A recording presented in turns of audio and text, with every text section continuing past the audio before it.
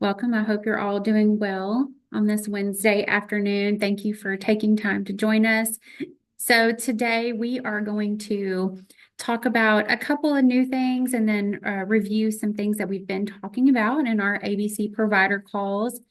I am going to go ahead and put contact information in the chat box for all of the ABC team here with the Office of Early Childhood, just so that you have that ready and you can go ahead and make note or copy any of that you need to as we get started. And I also just want to share that if you go to the bottom of your Zoom where it says meeting info, there are a couple of attachments to this call that we have for today. There's a couple of documents there. And so I will also be sending out these documents by email. But if you want to go ahead and review and download those, they're under the meeting info section. Should be along the bottom of your Zoom.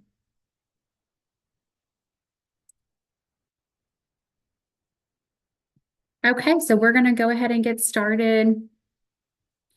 So we're going to go quickly over the agenda for today. The first thing I want to do is, again, just do some quick introductions of the ABC team. So most of you already know me, but my name is Kayla Bodie. I'm the program administrator for the Arkansas Better Chance program. And we also have on the call today Miss Brandy Ishman. She is our assistant director here at the Office of Early Childhood. And then it looks like I do have Cynthia Ingalls. She is also here. And Cynthia is our specialist supervisor here with ABC. Miracle Lee and Letitia Connors are both also on the call. And Miracle and Letitia are both program eligibility specialists with the ABC program. So their contact information's in the chat. I see a couple people saying they don't see any links in the meeting info. That's okay if it does not show up for you for any reason. I'm going to send these out via email. So if you, for any reason, are not getting emails from me, for example, I sent out an email yesterday just reminding you all that we were having the call today. If you're not getting those emails, please reach out to me. My email's right there at the top of the chat box. Please send me an email and let me know so I can get you on our email distribution list. And I'll send out those documents today in relation to this call. Pamela said you cannot hear on the sound. Pamela, try exiting out and coming back in if you're having some sound difficulties. Okay, and we are going to move on. I've already went through introductions, but I've got it here on the screen for you as well. You are more than welcome to reach out to any of our team if you have questions with ABC.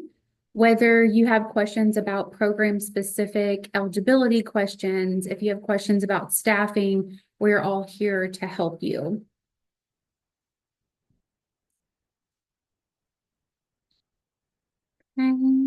Don't see any other questions, so we're just gonna move on into our agenda.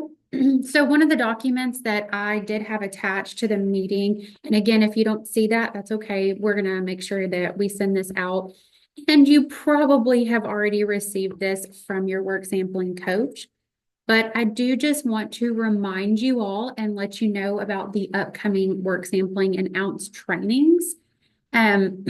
So we have February 25th, March 4th, March 6th through 7th, March 11th, and March 11th for a ounce and work sampling both on that day. So you should have received a document from your work sampling coach, the work sampling program letting you know about these upcoming trainings. If you have not, then be keeping a lookout. I will also be sending an email with this document. They have a QR code built right into the PDF that you can sign up for any of these trainings. If you have new staff that are needing those trainings, or you have staff that do need a refresher. And then also just a reminder that this Friday, February 7th is your work sampling finalization. So just be aware of that. Most of you already know, and I'm sure your coaches are also sending you reminders about that.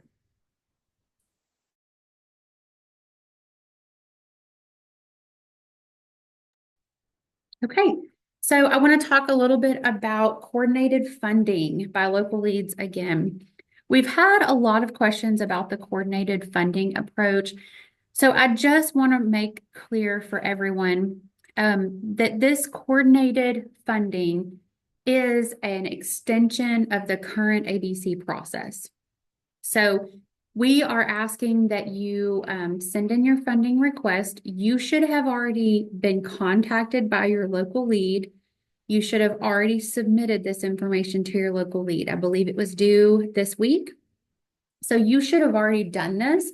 If you have not, please reach out to Jennifer Douglas. I have her contact information here on this slide. I have her email. If you have not been in touch with your local lead, please reach out to her. They should have already done a child count with you. They should have sent you the coordinated funding spreadsheet for you to fill out and send back in. But I just want you to understand this is an extension of ABC. This is going to give us information on what is needed in the community. This is not your grant application process. You will still do that in COPA.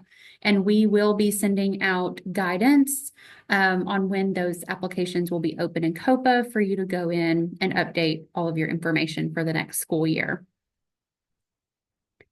So any questions, go ahead, please put them in the chat box if you have any questions about specifically coordinated funding from your local leads.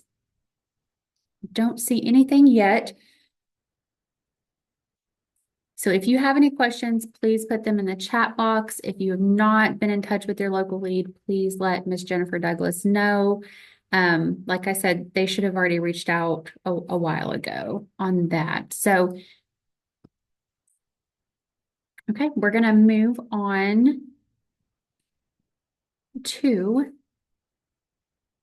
the COPA parent portal.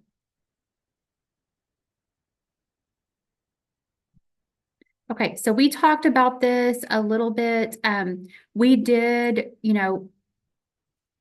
go ahead and talk about this, I think last week and maybe the week before is when we just kind of dove in a little bit. And I've had a lot of questions about the parent portal. I think a lot of programs are really excited about the thought of having families go in and put in this data. It's going to speed up your enrollment process for next year. After that rollover is done, you're not going to have as much data to input because the families would be putting it in themselves and uploading their documentation for you. So it's really going to save you some time. A lot of programs were really excited about this.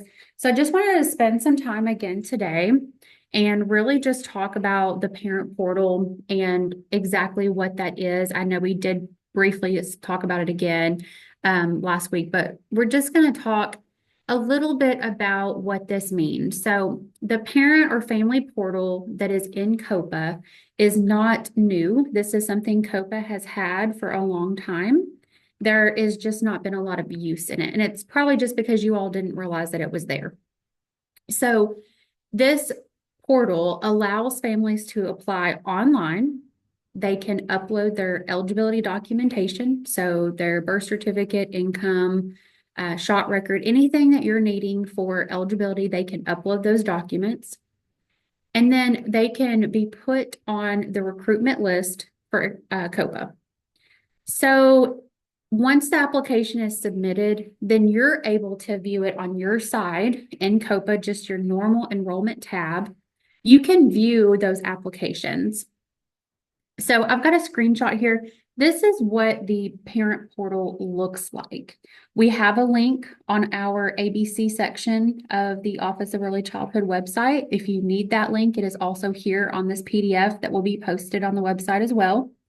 You can share that on your social media. If you have newsletters that you send out, whatever you use for recruitment purposes for your family, you absolutely can go ahead and post that there and let them know that they can apply online. This will be really helpful. Allison, I see your question. What about if you cannot find your center? Please send me an email with your agency or site name, and I will go in and make sure that that's opened up for you. So what we've discovered in this process is that we have to actually, there's a very small checkbox in the COPA system that the admins have to go in, and we have to click that and make sure that your site can be searched for in the parent portal. So I've been working on that. So not all of them are done yet, but you can absolutely send me an email. I'll make sure that's opened up for you. We have another question. Does that mean we don't have to have them complete a paper copy of the ABC application or CCDF federal pre-K? So if they are a CCDF federal pre-K applicant, you'll need to still have that application on file. If you are having them complete the ABC, the COPA application, that is for you so that you're not having to input the data. You'll still need to retain an application for any other funding sources. Is this for all families or only for ABC families? So, Amanda, this is for ABC families. We don't have this option for any of our other funding sources. Now, if you have children in the same classrooms that are on a different funding source that you would be putting into COPA anyways, you can have them use this. Just make sure that when you enroll, you make sure that you're selecting the correct program model and option. So that if this is a private pay family, you can utilize this application. Just make sure when you do your enrollment as normal that you're selecting the non-payment from ABC. Hopefully that kind of helps. And so the biggest part is after the family has submitted, they're going to create their own username. They're going to create their own login. They're going to go through that application process, and then you can view those applications in your family recruitment list. When you go under your enrollment tab, we've got a screenshot here, and you click recruitment, there's a family recruitment list. So you can see all of those submissions that have been made, including the documents that have been uploaded. And so again, we start thinking about next school year, those families that are applying for the next school year, they're going to be here in this list. And after the rollover is complete, you can go through, select those children, and enroll them from this list. Instead of rollover is done, you open back up, and now here you are having to make a mad dash to put in all of this data. So hopefully this will help you. And let me go to the chat because I see there's a couple of questions. If the child is new, but the family has been archived from previous, can they still fill out an application on the portal? So if the family already has an account in COPA, you should probably go ahead and let us know so we can unarchive them. This would be for a new child and a new family. If they already have an account in the COPA system, they would need to just be unarchived. Otherwise, it would create a duplicate entry for the family. Allison, will you repeat what you said about paper application? So if you have other funding sources that require you to have an application, whether that's CCDF funding, so if you have like federal pre-K or if there is any other type of funding source, you need to continue with that application. This is simply so that you can enroll children online without having to input that data. So you don't need to change anything that you do with your typical applications.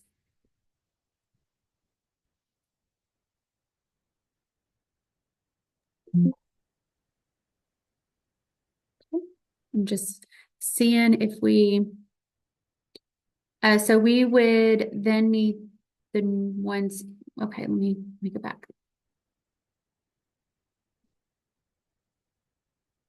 Right, Kayla. So families can't unarchive themselves. If they've been unarchived in COPA, that's something that the ABC team would have to do. And right now, there's no way to connect that application in the family portal to one that's already existing. No, those you're going to have to manually put in. This would just be for new families. And so this is why we really wanted to go over a little bit more. There are some great tutorials. There's an hour-long video in COPA already under tutorials regarding the parent portal. And then there's a PDF as well that's for the families that shows them how to walk through the process. If you go to the video, skip to about 18 minutes in, and that's when they're going to start talking about the process that pertains to you. But in talking about that, we are going to do a longer training on the parent portal. That is something that I wanted to share with everyone today. So we do our plan to do a training where we're going to walk you through under the test site how to actually enroll, how the parent would go through, what that looks like for the family on their end, and uploading those documents, just so that you can see what the process looks like. And I think that we already went through this, but this is just showing you a screenshot of what it looks like when you have those people on your wait list, and then you can see the documents. So we are going to do a training on February 20th from 10 to 11. We will be sending out a Zoom invite for that. It'll be specifically on the parent portal. So we are going to walk you through the process if you're interested in using that, on what it looks like and all of the steps from the parent side and all of the steps on your end.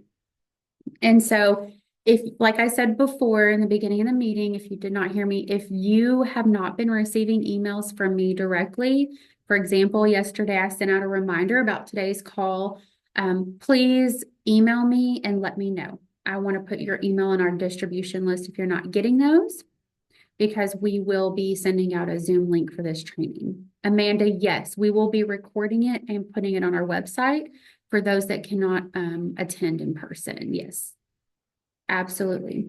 We plan to record any of these trainings that we do and post them on the training section of the ABC website so that you all can go back and review them. Oh, Tammy just asked about that. Yes, yes. So we are doing a Zoom training on February 20th. And is there a way to test out the portal? So I was telling another program this, you're more than welcome to create a test if you want to walk yourself through it, but we will be doing that during the training. So we're going to go into our test COPA just so that we're not showing you any actual family or child data, and walk through what that looks like so that you can see it. But I mean, if you wanted to create a test family and then delete them after you're done, you absolutely could do that. As I said, in the tutorial section of COPA, there is a family portal PDF, and that is screenshots of what it looks like on the parent side.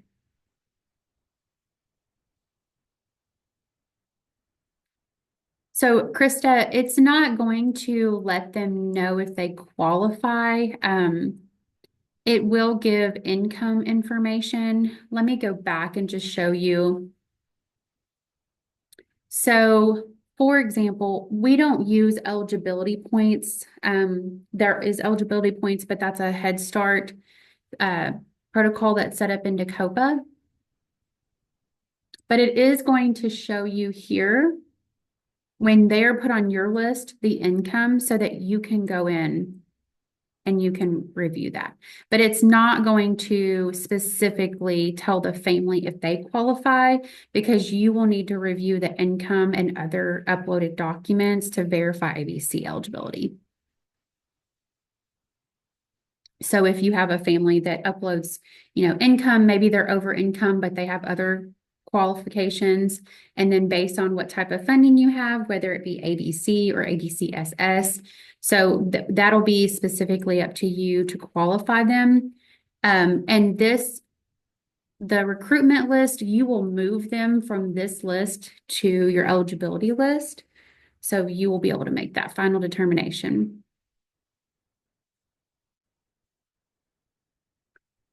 And again, we are going to have a training February 20th where we will walk through this and we will record that. We will go through every step. Kelly, yes. So if there are any home visiting programs that want to use this, this is for all ABC programs. So if you use COPA, you absolutely can use the parent portal. And if for any reason your home visiting program is not showing up, please email me and let me know. I'll make sure we get that activated.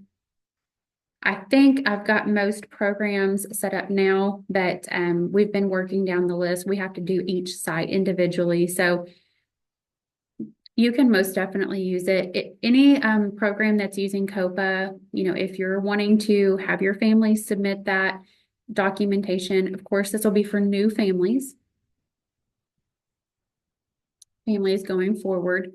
I do really think that this will help you going into the next school year for the rollover. So I would really encourage everyone to think about at least attempting to use the family portal. You're going to have those families that do not want to use it, that want to come in and physically give you an application, and that is okay.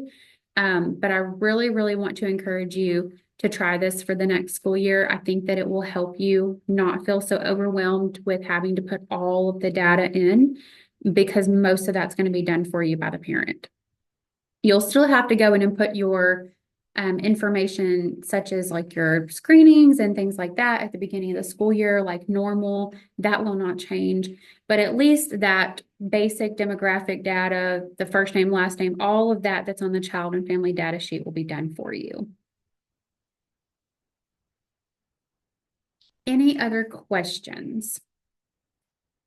And we will be sending out a Zoom link for this training February 20th, 10 to 11. Like I said, we will record it. So hopefully we will see you there if you're interested. If you're not sure and you just want to come and listen and check it out, then, feel free to do that.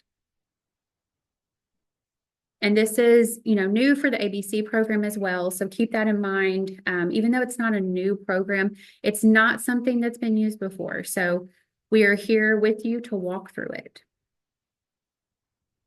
And the next thing we're going to talk about is some dual enrollment, specifically home visiting and keying those into COPA. I'm going to pause for just a second to see if there's any other questions.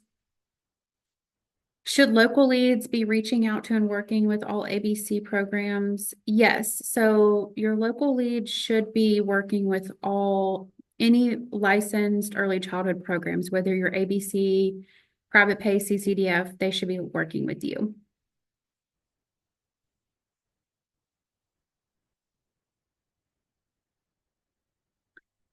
We have a question. So we usually start potential interest for enrollment to start in August and April. Will the recruitment list still be listed after the rollover process at the end of the year? So yes. So whenever we do the rollover, those that are pre-enrolled or that you have on the recruitment list, those will still be there after rollover.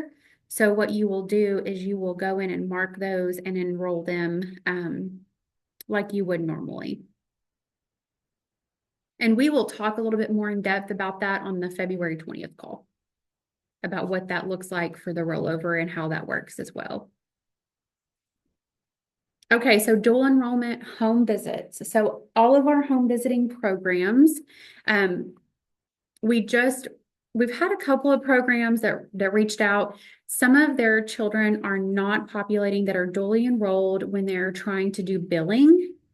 And so we've put in a ticket with Kinder Systems with COPA just to kind of see if there's something that is glitching in the system or if there's something that maybe we're not keying correctly. So I do want to show you, if you are a home visitor and you are entering your visits, please be sure that when you enter a visit, the provider type should be interagency. And then your program, home visiting program, should be selected to the right of that. So if this child is dual and they're at a center and you go in to do your visit and the center is populating there, so let's say they're at ABCs and 1, 2, 3s, but you're at Boston Mountain Education Home Visiting Program, make sure that you are selecting Boston Mountain. The home visiting program should be the agency. So if the visit location is maybe there at the facility, that is fine. You can notate that under visit location, but the provider type needs to be your home visiting program, whatever home visiting program you're with. So I do know that we're working with the program recently. It was showing this on the main page, but when you clicked the pencil to edit it, it was actually showing the center, and those children were not showing up on their billing. So double check, make sure that your home visiting program is the agency that you are listing. And if you have any children that are not showing up in your billing or you are seeing an error, please email me and let me know. We're documenting, I'm taking screenshots of these, and we're getting with Kinder Systems to see if there's anything we need to do extra. So does anyone have any questions? Home visiting programs, this specifically is going to be your dual children that you may see this with. Give just a few seconds to see if there are any questions about that.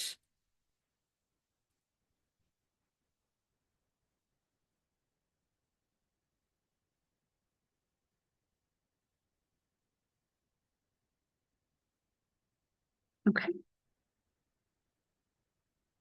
So we are going to go over a couple of questions that we've received. We still have our survey open. We've got the QR code on the screen, and that topic survey is a direct link. So feel free to go on our website and you can look at the recorded meeting later. You can go and put in the survey if you have something that you would like us to discuss next week.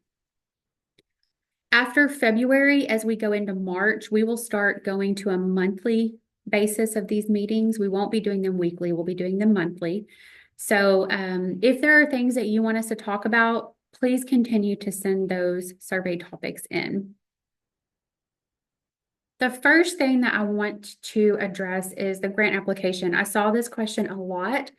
So we will be opening the grant renewal application on COPA. I do not have a date exactly yet for when that will be open. We are going to wait until we review your coordinated funding requests that have been sent in, and then we will send out an email and instructions for your grant renewal.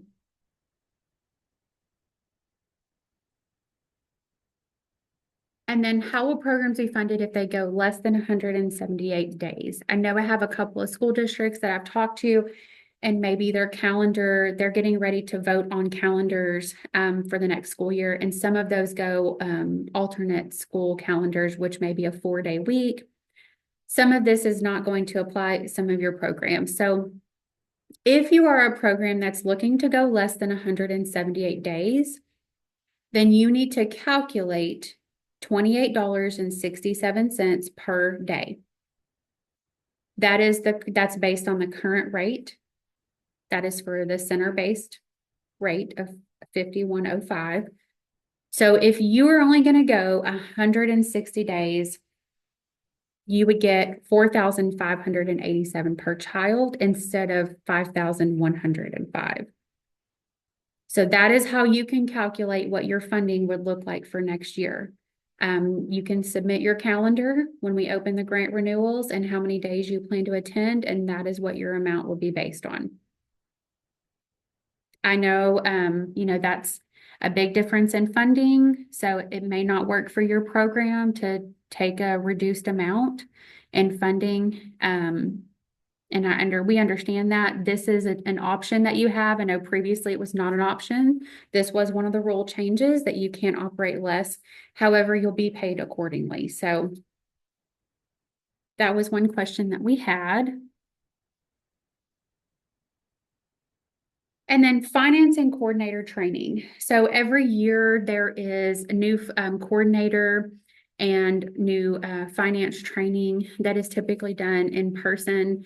So we do plan on doing a training. It will more than likely be over Zoom, not in person. We'll probably do a day or maybe 2-day training. We will record that training so that you can use that for any coordinators that come in maybe mid-year. So it will be recorded. So if you can't attend, you can, just go back and watch that. We will do it sometime during the summer. And we'll send out guidance whenever we know that that is happening. But we will do overall coordinator training. That'll be a really, pretty long process. We'll go through everything ABC related, and we will also do some separate information on the finance side of ABC, but that won't be until this summer. We'll make sure and send out that well ahead of time so you know when.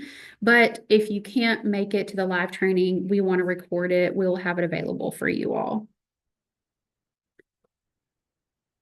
So I'm going to go ahead and look and see if there are any questions that are in the chat box. Feel free to scan that QR code and you can add any topics that you would like covered that we have not already talked about. So programs are able to go 4 days a week. Yes, so if your program wants to operate less than 178 days, you can submit a calendar, just as you do every year with 174 days if you want, but you will only be paid for those days. You will not receive the grant amount for 178 days if you are only going to operate 170 days. Our district will be having makeup days for snow. I know that ABC does not require, however, if we do, how would that be calculated? So if you do input makeup days, then and you go those days, then they would be counted in your full amount.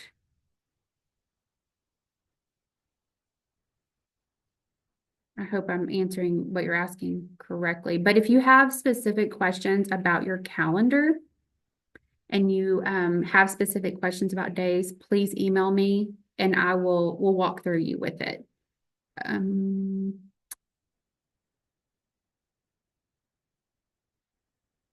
When will the new federal poverty? So we have already released those and they are on our website.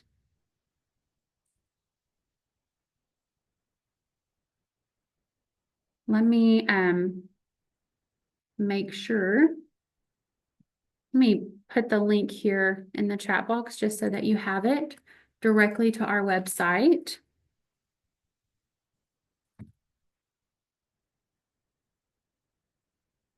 Okay, so if you go to our website, we do have under ABC programs, forms and documents.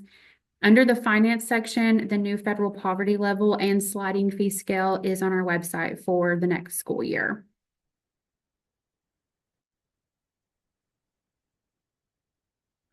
Will ABC slots still be paid fully per month next year, even if the child is out? So if the child does not attend the entire month and they are not included in your billing, it depends on what your enrollment level is. So if you're consistently below enrollment, then your payment could be adjusted based on that if you are not hitting full enrollment.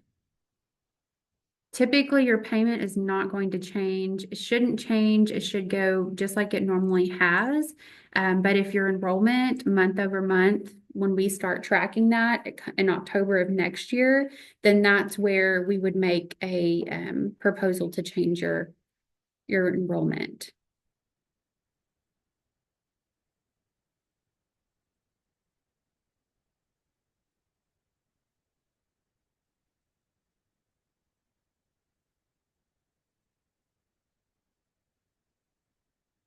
Summer services and email with intent form.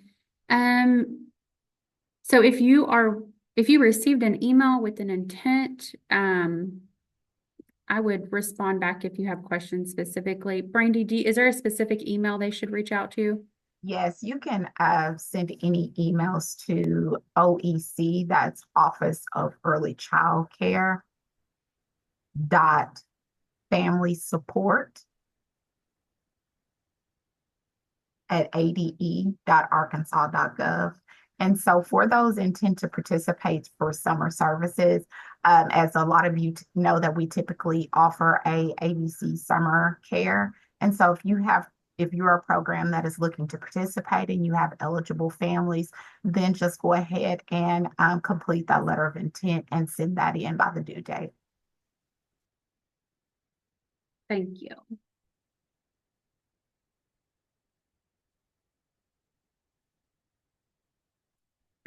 Ebony, I just sent you the direct link. Try clicking that. You'll scroll down to the finance documents and you should see 25-26 federal poverty level and sliding fee scale. Taylor, can I also address Sarah's question? Yes, go ahead. So in regard to the SRA waiting list that was announced on yesterday, that does not have any bearing on the ABC program. That is for CCDF funding.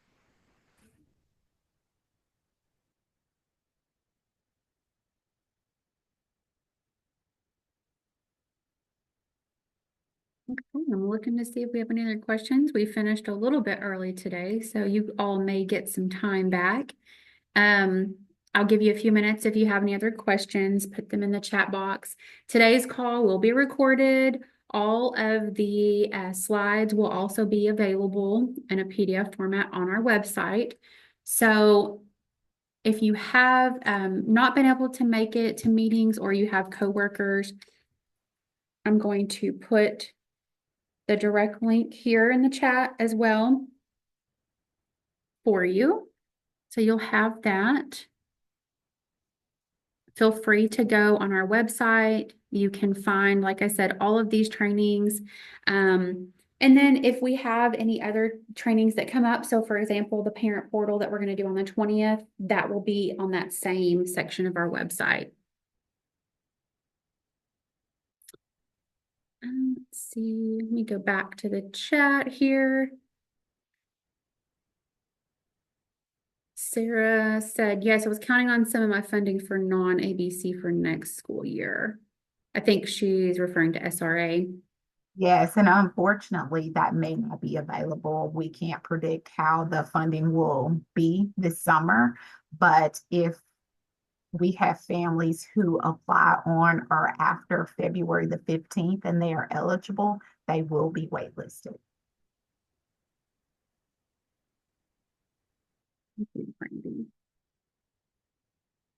Any other questions?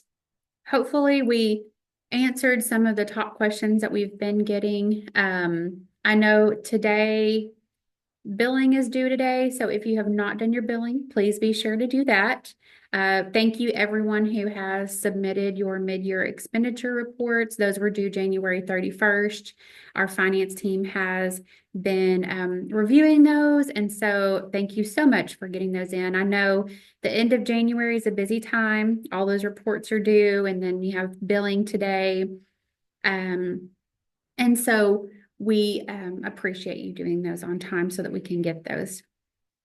Let's see. I see some CCDF questions. Do you know when the recording of yesterday's call will be up for me to view? Susie, I would keep checking, check back today and tomorrow. Sometimes it just takes a couple of days for us to get that to communications and then for it to get posted. So keep checking back on the website, but it will be uploaded. I would say probably today or tomorrow. They're usually pretty quick on getting those updated. Hey, look, can I add one additional thing as I see some Yeah. Tanya T. Long's question there? This is not in regard to federal pre-K. So if you have federal pre-K that attends your ABC site as well, this is not in regard to that funding, that wait list that we talked about.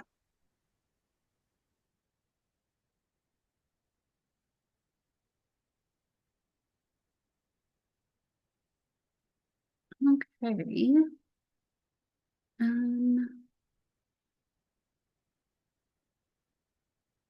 And I see Cindy's answering some questions. So Again, looks like I don't see anything new.